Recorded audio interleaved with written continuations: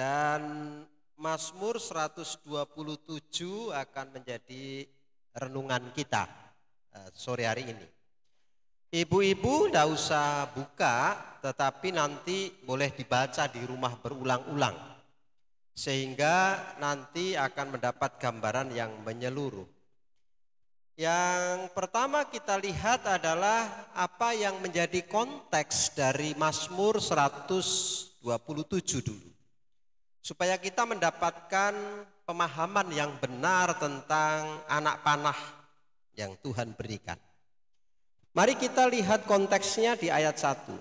Tuhan berkata, "Jikalau bukan Tuhan yang membangun rumah, sia-sialah usaha orang yang membangunnya. Jikalau bukan Tuhan yang mengawal kota, sia-sialah pengawal berjaga-jaga." Nah, itu ayat 1. Dan saya ingin mengajak kita meneliti bagian demi bagian dari ayat ini. Yang pertama adalah kalimat "jikalau bukan Tuhan". Karena pemazmur mengawali nyanyiannya dengan kalimat itu, jikalau bukan Tuhan. Lalu apa itu artinya jikalau bukan Tuhan? Saya meneliti beberapa terjemahan dan menemukan arti dari jikalau bukan Tuhan itu artinya tidak ada yang lain. Hanya satu-satunya atau tidak ada yang lain. Yang kedua ya hanya satu-satunya pihak. Maka jika bukan Tuhan itu yang kedua adalah di luar kemampuan manusia. Jadi pemazmur berkata, jikalau bukan Tuhan, maka kita bisa memahami kalimat ini tidak ada yang lain. Atau hanya satu-satunya pihak. Atau hal itu di luar kemampuan manusia. Apa itu? Membangun rumah. Lalu kemudian yang berikutnya mari kita lihat kalimat yang membangun rumah. Apa itu membangun rumah? Dari bahasa Ibrani bait atau rumah yang biasa diterjemahkan a house. Tetapi bait ini bicara tentang rumah bukan dalam pengertian gedung. Ini rumah dalam pengertian keluarga. Maka sebetulnya pemazmur mau mengatakan tidak ada pihak yang lain atau hanya satu-satunya pihak atau di luar kemampuan kita. Hanya Tuhan yang bisa membangun keluarga kita. Itu kira-kira terjemahannya. Maka kita itu tidak akan mampu untuk menjalani atau membangun, mengupayakan sebuah family itu. Family itu apa ya? Rumah tangga, ya terjemahannya itu ya rumah tangga begitu. Keluarga. Katanya kalau kita yang membangunnya, maka katanya sia-sialah usaha orang. Nah ini ya yang saya mau ajak kita mikir. Jadi itu hanya Tuhan. Kalau tidak Tuhan maka sia-sia. Nah kata sia-sia ini penting. Karena sia-sia itu artinya kosong. Sia-sia itu artinya vain. Sia-sia itu artinya adalah worthless, tidak bernilai. Dan sia-sia itu artinya false vision, salah arah. Maka ayat 1 bagian A itu pemazmur mau mengatakan, kalau bukan Tuhan yang menjadikan keluargamu, maka keluargamu itu kosong, sia-sia, tidak bernilai, dan yang paling penting adalah salah arah. Nah ini yang paling bagus. Salah arah keluarga. Maka banyak keluarga yang salah arah. Karena mereka kemudian salah membangunnya. Nah saya lanjut dulu karena ini masih bagian A. Bagian B, bagian A itu Daud bicara tentang keluarga atau rumah tangga. Bagian B bicara tentang sia-sialah pengawal berjaga-jaga. Itu kan ayat yang ke-1. Itu bicara tentang apa? Kekuatan militer atau military army. Nah berarti dia mau mengatakan keluarga dan pengawal itu sebetulnya dua-duanya itu adalah sumber rasa aman. Kan di rumah kita dapat rasa aman. Kalau kota dijagai tentara maka kota kita menjadi aman. Maka kemudian Daud mengatakan, rasa aman yang dibangun di dalam rumah, rasa aman yang dibangun oleh kekuatan militer, itu gak ada gunanya. Kemudian bagian berikutnya, kalau begitu dia mengatakan, tanpa Tuhan, keluarga dan pengawal bisa memberi rasa aman. Ibu-ibu bisa dapat suami, di mana suami-suami bisa menghasilkan uang, lalu kemudian uang itu menimbulkan rasa aman. Tapi dengar baik-baik, itu pun sia-sia, kata pemazmur. Ibu-ibu bisa saja kemudian punya anak-anak yang baik, yang menjadikan ibu-ibu merasa aman, merasa nyaman karena anak-anak baik. Tapi perhatikan, kalau di luar Tuhan itu worthless, itu false vision, itu tidak bernilai, itu salah arah. Artinya di luar Tuhan bisa saja berhasil menjadi kaya, di luar Tuhan bisa saja berhasil sekolahnya menjadi tinggi. Tetapi perhatikan, sekolah tinggi pun, sukses pun secara ekonomi, di luar Tuhan false vision, akan salah arah. Nah, saya lanjut lagi ya, karena itu hanya konteksnya, permulaannya. Jadi berikutnya, coba lihat ayat 2. Sia-sialah kamu bangun pagi-pagi. Sekarang ada yang ketiga yang sia-sia. Yang pertama tadi yang sia-sia adalah usaha orang membangun keluarga, rasa aman melalui rumah tangga. Punya suami dipikirnya aman, jangan berpikir begitu dulu. Ada banyak istri yang menderita gara-gara suaminya bukan aman. Punya anak dipikirnya aman, jangan berpikir aman dulu. Banyak anak-anak yang menyebabkan penderitaan ibunya. Sehingga di luar Tuhan false vision, di luar Tuhan gak ada gunanya, salah arah. Maka yang kedua perhatikan, sia-sialah kamu bangun pagi-pagi dan duduk sampai jauh malam, dan makan roti yang diperoleh dengan susah payah, sebab ia memberikannya kepada yang dicintainya pada waktu tidur. Nah, ada yang ketiga yang sia-sia sekarang. Kalau yang pertama keluarga, yang kedua penjagaan militer, penjaga pengawal kota, yang ketiga adalah bangun pagi-pagi, tidur jauh malam, dan makan hasil bangunmu pagi-pagi itu sampai tidurmu jauh malam itu. Nah, katanya sia-sialah kamu. Apa itu sia-sia? Sama seperti tadi, empty, kosong saja, ya worthless, tidak menilai, dan salah arah. Jadi kalau begitu ayat 2 ini bicara apa sih? Bangun pagi sampai jauh malam nggak tidur, cari makan ya kan? Cari duit ini kan? Ini pekerjaan kan? Ya, bangun kita jam 5, tidur kita nanti jam 12 malam. Semuanya kita cari apa namanya? Safety, cari keamanan finansial. Ya, duit lah, uang lah ya. Maka perhatikan, bangun pagi-pagi, duduk sampai jauh malam sia-sia. Lalu makan roti yang diperoleh dengan susah payah sia-sia. Nah, ini bicara tentang apa? Ini bicara tentang safety, keamanan. Ada dua loh kebutuhan manusia. Yang pertama security, rasa diterima, dicintai, dan itu hanya dapat di rumah. Sementara yang kedua itu safety. Apa itu? Kita itu punya kecukupan makanan, kecukupan minuman, rumah, tempat tinggal, dan lain sebagainya. Tapi kemudian pemazmur, security dan safety tanpa Tuhan tidak ada gunanya. Security dan safety itu berkat umum yang diberikan oleh Tuhan kepada semua orang. Bahkan orang tak kenal Tuhan bisa lebih makmur daripada kita. Bahkan orang tak kenal Tuhan, keluarganya bisa lebih rukun daripada kita. Bahkan orang tak kenal Tuhan, anaknya bisa lebih baik daripada kita. Kenapa? Karena security dan safety diberikan oleh Tuhan kepada siapa saja, termasuk kepada orang-orang yang mencintai Tuhan. Itu yang disebut common grace, anugerah umum, berkat umum. Nah, saya lanjut ya. Kemudian keamanan ekonomi, keamanan finansial itu bicara tentang safety tadi. Jadi kalau begitu tanpa Tuhan bisa kaya enggak? Bisa. Tanpa Tuhan bisa makmur enggak? Bisa. Tanpa Tuhan anak kita bisa sukses enggak? Bisa. Tapi kemakmuran, kesuksesan di luar Tuhan itu salah arah. Nanti pasti akan menyesatkan. Nanti pasti akan membawa kita kepada pergumulan. Nah, di tengah-tengah suasana itu kemudian pemazmur mau mengingatkan, hanya Tuhan satu-satunya pihak, Bu, yang bisa memberimu rasa aman.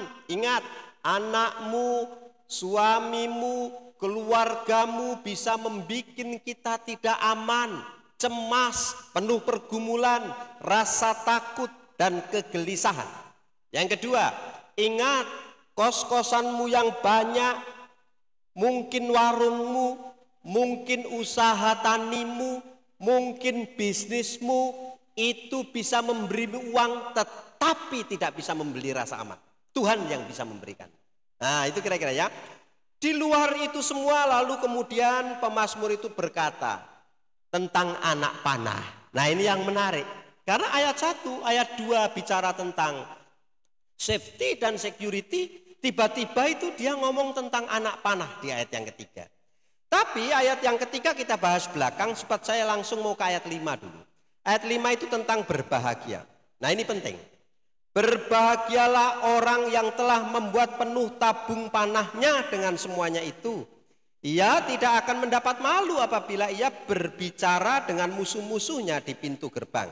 Nah, sekarang dalam ayat 4 dan 5 Tuhan memberitahu tentang anak itu apa. Karena di ayat 4 nanti disebutkan bahwa anak adalah milik pusaka Tuhan. Nah, nanti saya akan tambahkan nanti di slide berikutnya. Lalu anak itu diilustrasikan seperti anak panah. Nah, nanti saya akan jelaskan. Lalu orang tua itu digambarkan seperti pahlawan. Nah, ini dia. Nah, mari kita pelan-pelan. Ayat 3 kita lihat. Anak-anak lelaki adalah milik pusaka atau warisan daripada Tuhan. Apa itu artinya warisan? Apa itu artinya milik pusaka? Saya akan jelaskan di slide ini. Warisan dalam PL itu mengacu kepada tanah perjanjian. Jadi tanah perjanjian itu warisan bagi orang Israel ya. Idenya adalah Tuhan memberi tanah Kanaan kepada Israel dan mengharap hasilnya. Jadi Tuhan kasih tanah Israel dan Tuhan mengharap ada hasilnya dari tanah itu. Hasilnya apa? Pertama adalah orang Israel menjadi taat dan menyembah Tuhan. Itu hasilnya. Maka kalau disebut anak itu adalah warisan, tanah pusaka, itu artinya Allah memberikan sesuatu kepada ibu-ibu dan mengharapkan hasilnya nanti. Jadi Tuhan tidak memberi lalu tidak berharap. Tuhan memberikan kepada kita anak-anak, tetapi karena anak-anak ini milik pusakanya Tuhan, maka milik pusaka seperti tanah perjanjian diberi lalu Tuhan mengharapkan hasilnya. Tuhan kasih ibu-ibu keturunan. Makanya Tuhan sekarang berharap dari ibu-ibu, anak-anakmu mesti jadi penyembah-penyembah Tuhan.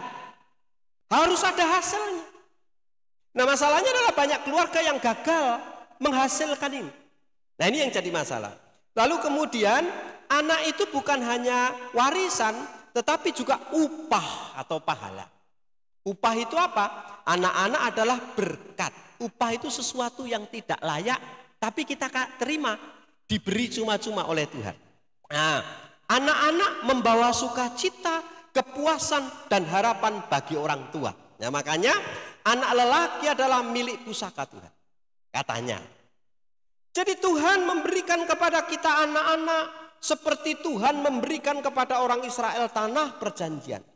Orang itu diberi tanah, lalu Tuhan berharap, kamu mesti ingat perjanjianku denganmu, bahwa kamu dulu budak di negeri asing, sekarang kamu punya tanah, maka di tanah itu kamu mesti menyembah saya. Kamu mesti menghasilkan keturunan, namamu akan besar, tapi ingat baik-baik, kamu mengikat perjanjian denganku, dan perjanjian itu supaya kamu genapi. Apa itu? Lahirkan keturunan yang menyembah aku. Jadi Tuhan memberi kita keturunan. Supaya apa? Supaya keturunan itu nanti kita persembahkan bagi Tuhan. Menjadi alat untuk memuliakan Tuhan. Itu sebabnya anak disebut upah. Apa itu upah? Mendatangkan kebahagiaan. Mendatangkan happiness. Mendatangkan sukacita. Tapi Saya mau mengatakan faktanya banyak orang tua yang dibuat sedih oleh anak-anaknya, yang dibuat menderita, malu oleh anak-anaknya. Maka kemudian ini yang menjadi tema kita. Ya, anak itu biasanya sumber kebahagiaan, berkat dan sukacita, tapi juga bisa jadi beban, jadi pergumulan, jadi rasa malu, jadi perusak nama baik keluarga anak-anak kita. Nah, saya akan lanjutkan. Coba perhatikan. Nah, sekarang di ayat 4 pemazmur berkata, seperti anak-anak di tangan pahlawan, supaya anakmu betul-betul mendatangkan kebahagiaan seperti ayat yang kelima tadi. Supaya anak-anakmu betul-betul mendatangkan happiness, sukacita di masa tuamu. Maka kamu mesti lakukan ini. Kenapa? Karena anakmu itu seperti anak panah. Ya, saya akan jelaskan anak panah itu. Anak panah itu biasanya setiap mau perang itu diasah oleh tentara, ditajamkan, dikhususkan untuk persediaan peperangan dan pertempuran. Jadi anak panah itu diasah. Lalu anak panah itu menjadi simbol perlindungan di medan perang. Kalau tidak punya anak panah, nggak punya senjata. Kalau tidak punya anak, nggak punya senjata. Yang berikutnya, anak panah itu harus dilepas dan tepat pada sasaran. Anak panah. Satu anak panah, satu musuh dikalahkan. Tidak boleh meleset. Yang berikutnya, memiliki anak panah itu menuntut tanggung jawab. Kita harus mengemban tanggung jawab. Jadi kalau dikatakan oleh pemazmur, seperti anak panah di tangan pahlawan, maka anak-anak bisa mendatangkan kebahagiaan, anak-anak bisa mendatangkan happiness, anak-anak bisa mendatangkan sukacita di dalam keluarga. Kalau anak-anak itu diasah, dipersiapkan. Sebab anak-anak itu adalah senjata kita perang di hari tua.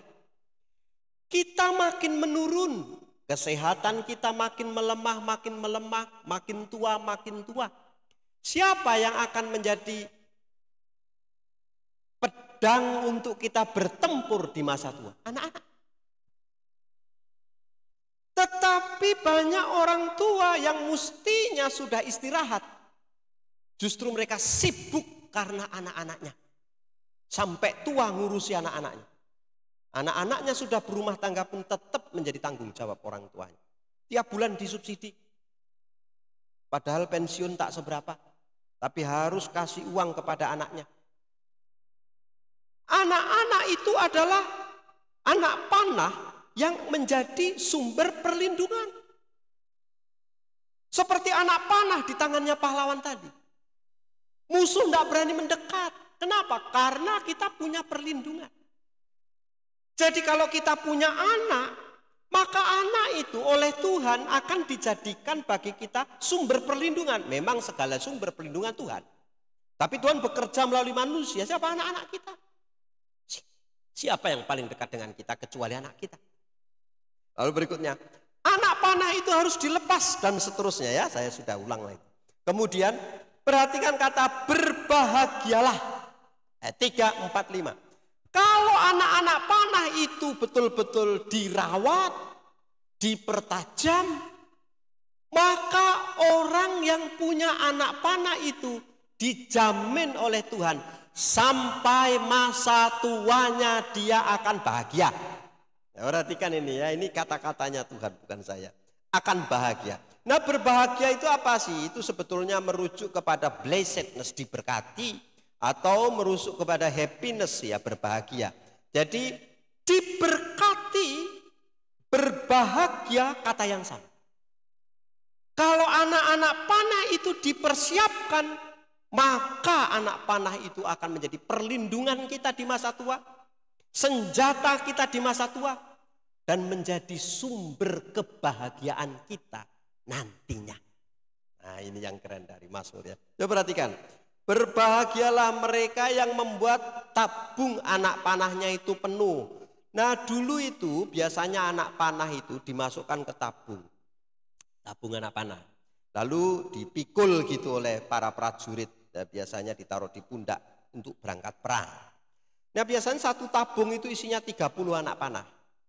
Maka kalau sudah habis anak panah, dia harus segera mundur untuk mengisi anak panah lagi. Maju lagi. Satu tabung 30 anak panah untuk berperang.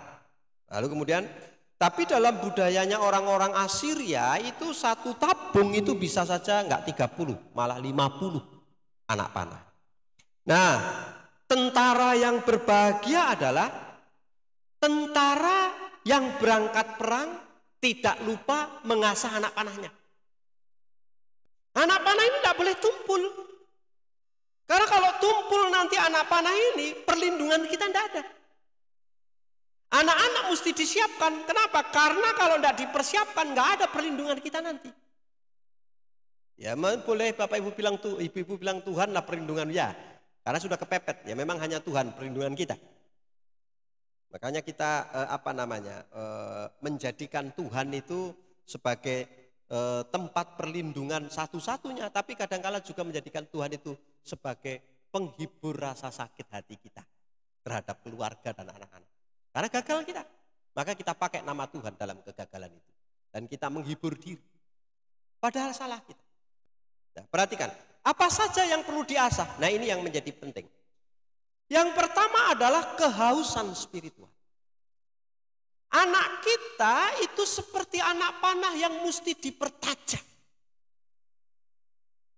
Dan saya mau sampaikan 5 hal saja sore hari ini. Apa saja yang mesti dipertajam. Sehingga anak kita nanti siap untuk diutus pergi ke medan perang. Dan menjadi pelindung bagi kita di hari tua kita. Dan menyebabkan blessedness untuk kita. Berkat bagi kita. Yang pertama kehausan spiritual. Begini loh. Kebajikan tertinggi yang dimiliki anak adalah ketika ia memiliki kehausan untuk mengasihi Allah dan mengasihi orang lain. Ingat itu Markus pasal 12 ayat 20 sampai 31, 31. 2 hukum terbesar. Kasihilah Tuhan Allahmu, kasihilah sesamamu manusia. Kita mesti mendidik mereka untuk lapar dan haus akan Tuhan. Maka anak-anak mesti diasah, dipertajam, disiapkan sehingga punya kelaparan, kehausan spiritual mau mencari Tuhan. Celakanya anak-anak ini kadang-kala sudah dilepas, bukan hanya sekolah, sampai kawin, tapi tidak punya ini. Tidak punya kehausan akan Tuhan. Sehingga apa? Jadi masalah terus. Sumber konflik terus. Ya keluarganya pun yang baru bikin masalah lagi. Sehingga menjadi pergumulan hidup kita. Makin tua bukan makin ringan, makin tua makin banyak masalah kita. Karena tambah keluarga baru, tambah pergumulan kita.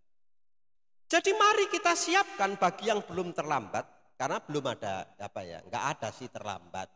Ya kalau sudah terjadi mau apa lagi ya kita itu kadangkala sudah melangkah terlalu jauh dan baru tahu belakang. Ya untuk anak kita atau untuk cucu-cucu kita juga boleh. Persiapkan hati mereka untuk mencintai hal-hal yang rohani. Mencintai Tuhan dan seterusnya. Yang kedua, apa yang mesti diasah? Kekudusan hidup. Kekudusan hidup itu sesuatu yang penting sekali ya perhatikan ya. Ajari mereka kepekaan hati untuk hidup dalam kesadaran moral, etika dan kekudusan.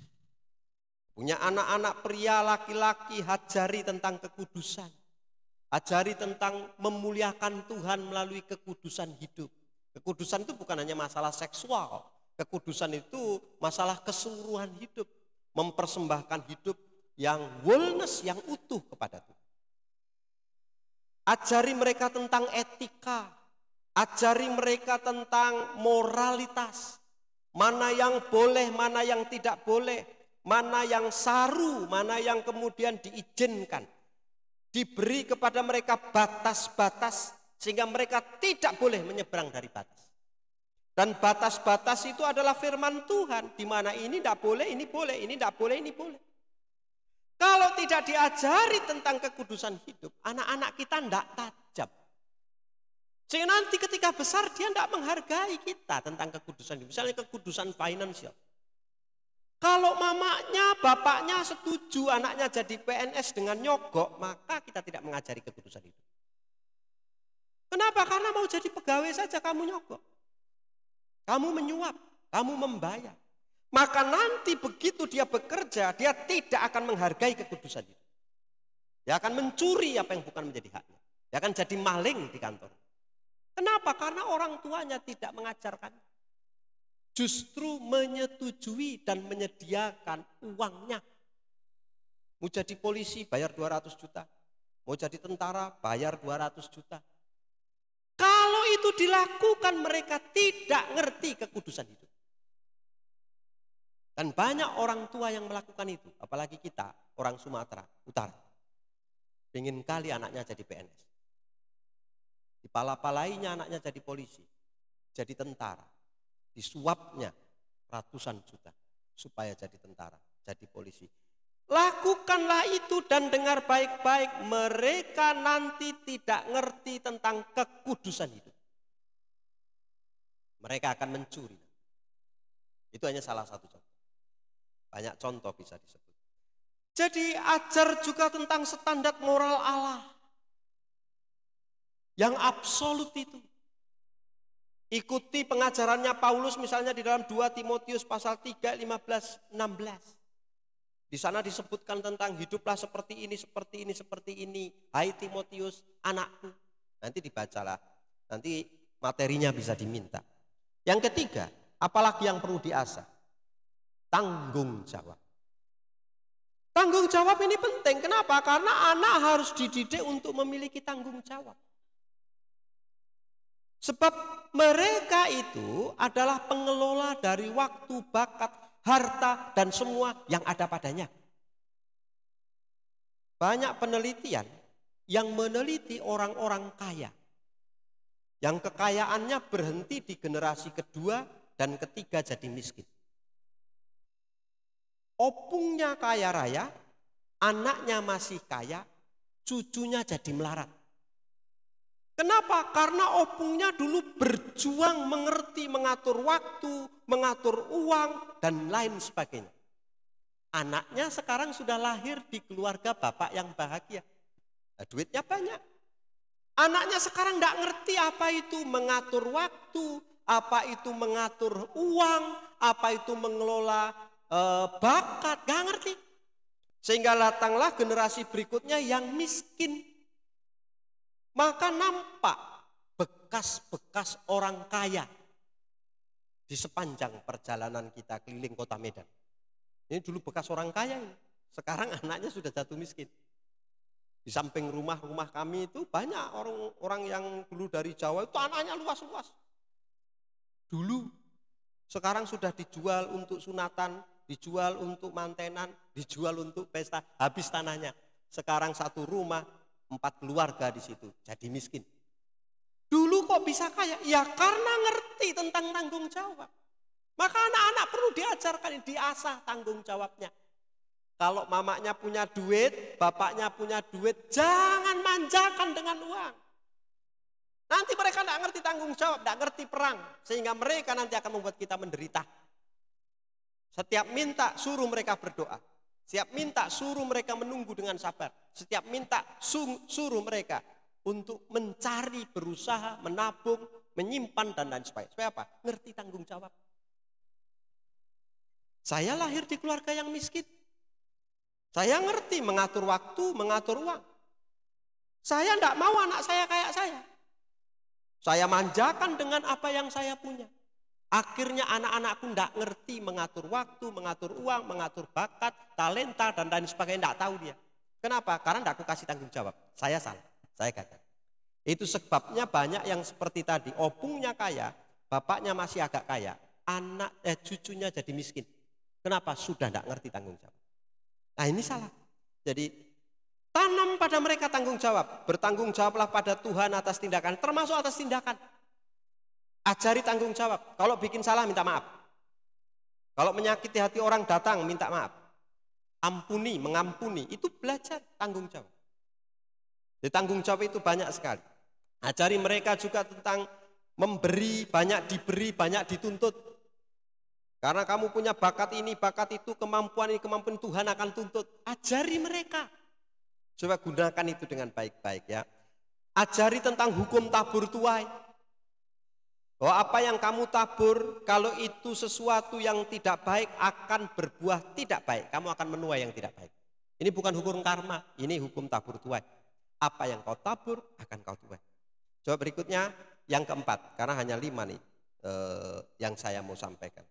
Yang keempat, apa yang mesti dipertajam lagi? Disiplin dan kontrol. Nah ini penting, ini disiplin dan kontrol. Mari kita baca 1 Korintus 9 ayat 25. Nampak dari situ? Nah mari kita baca 1, 2, 3.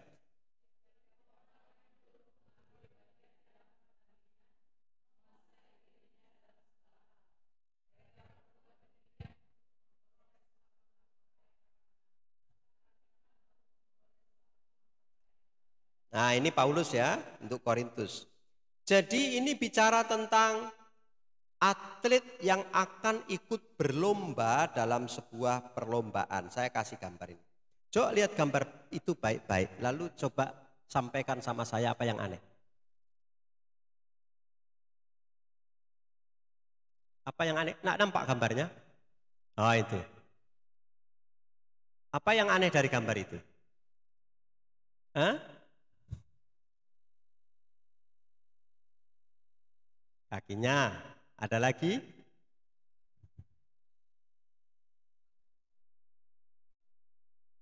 Apa yang aneh di situ?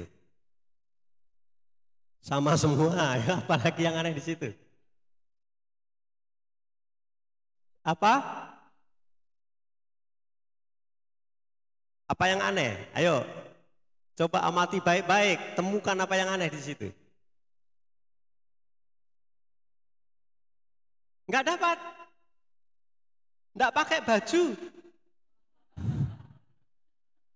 Nampak itu?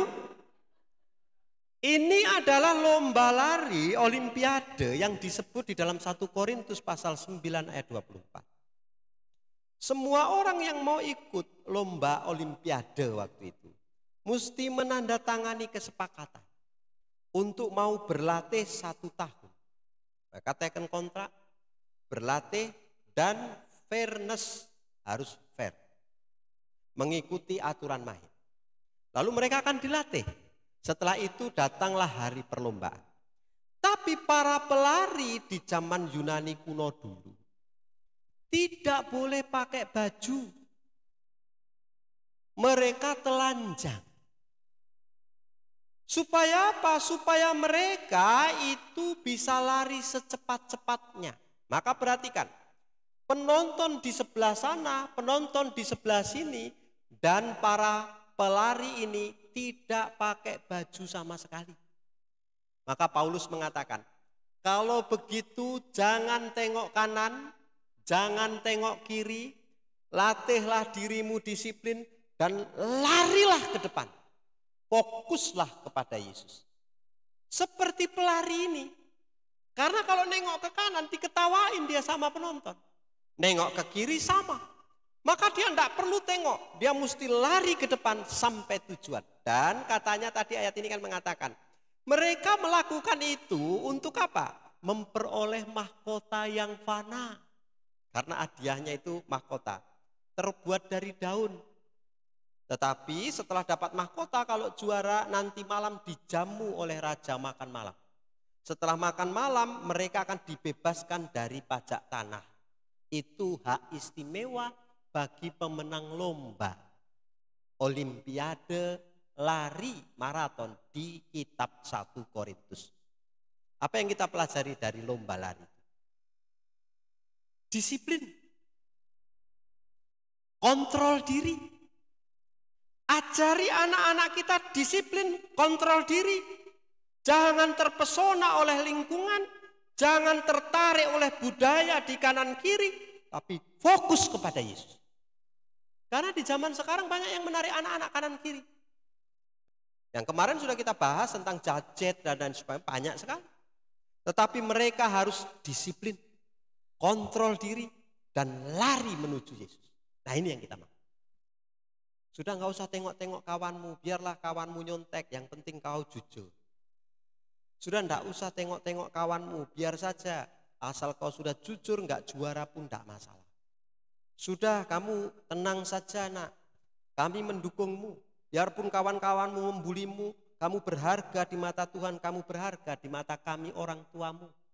Jangan tengok kanan kiri, kontrol dirimu, disiplin, dan lihatlah Yesus yang menerimamu, mencintaimu seperti kami menerimamu, mencintaimu apa adanya. Ajar mereka disiplin dan kontrol diri.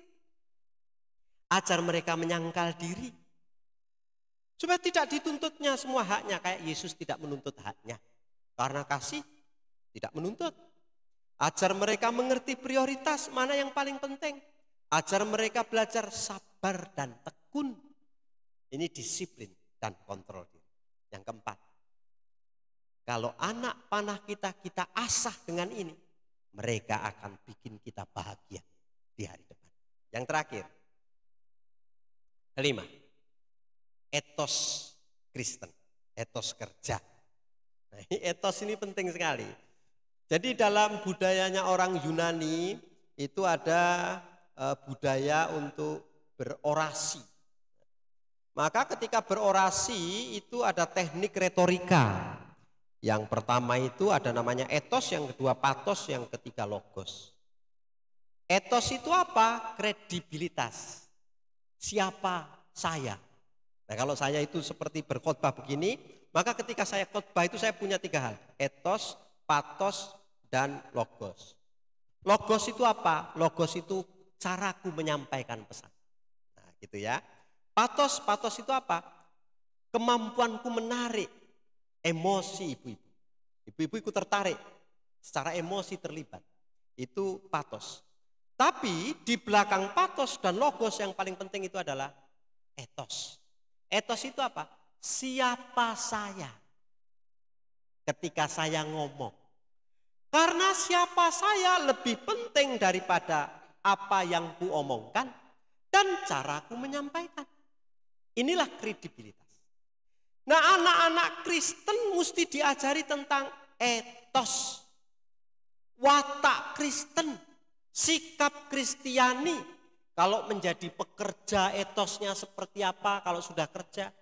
Kalau nanti itu membangun rumah tangga seperti apa. Ini etos, kredibilitas. Kalau melayani itu seperti apa. Nah, etos itu datang dari rumah. Di rumah itu seperti apa? Kejujuran, kesetiaan, ketekunan, itu etos. Dan itu tidak datang sebentar. Itu datang dari bangunan kebiasaan kecil-kecil di rumah. Kalau di rumah itu suka ngomong kasar, etos anak kita begitu. Kalau di rumah itu ada kelembutan, saling menerima, saling membangun, mengampuni, memaafkan, melayani, etos anak kita juga akan begitu. Maka yang terakhir yang perlu dibangun adalah etosnya anak kita. Kredibilitasnya. Kredibilitas itu siapa dia di hadapan Tuhan. Nah, ini penting sekali. Jadi etos itu watak, sikap, keyakinan yang mendasari perilaku apapun. Jadi kalau begitu kita sudah dapat 5 hal yang mesti kita asah. Maka anak panah kita, ibu-ibu yang sudah punya anak panah, yang belum nunggu anak panah, nunggu anak panah. Perhatikan baik-baik. Harus pertajam anak panahmu karena anak panahmu adalah perlindunganmu dan kebahagiaanmu di masa tuamu. Mengasahnya bukan hanya sekolah tinggi-tinggi, itu penting, tapi itu tidak paling penting. Asahlah anak panah, persiapkanlah anak panah. Yang pertama, tentang apa tadi? Ajari mencintai Tuhan, spiritualitas. Yang kedua apa tadi? Kekudusan hidup. Yang ketiga apa tadi? Tanggung jawab. Yang keempat, disiplin. Yang kelima, etos kerja. Kalau anak panah kita itu tiap hari kita gosok dengan 5 ini, mereka siap untuk pergi di bawah perang keluar sana. Ingat, Yang ikut seminar yang lalu ingat, peperangan sungguh ada dan peperangan di luar sana itu sungguh berat. Maka mari kita berperang untuk anak-anak kita. Jangan berperang dengan anak-anak kita. Tuhan memberkati, persiapkanlah anak panahmu yang akan membahagiakanmu di masa tuamu. Amin. Kita berdoa. Tuhan,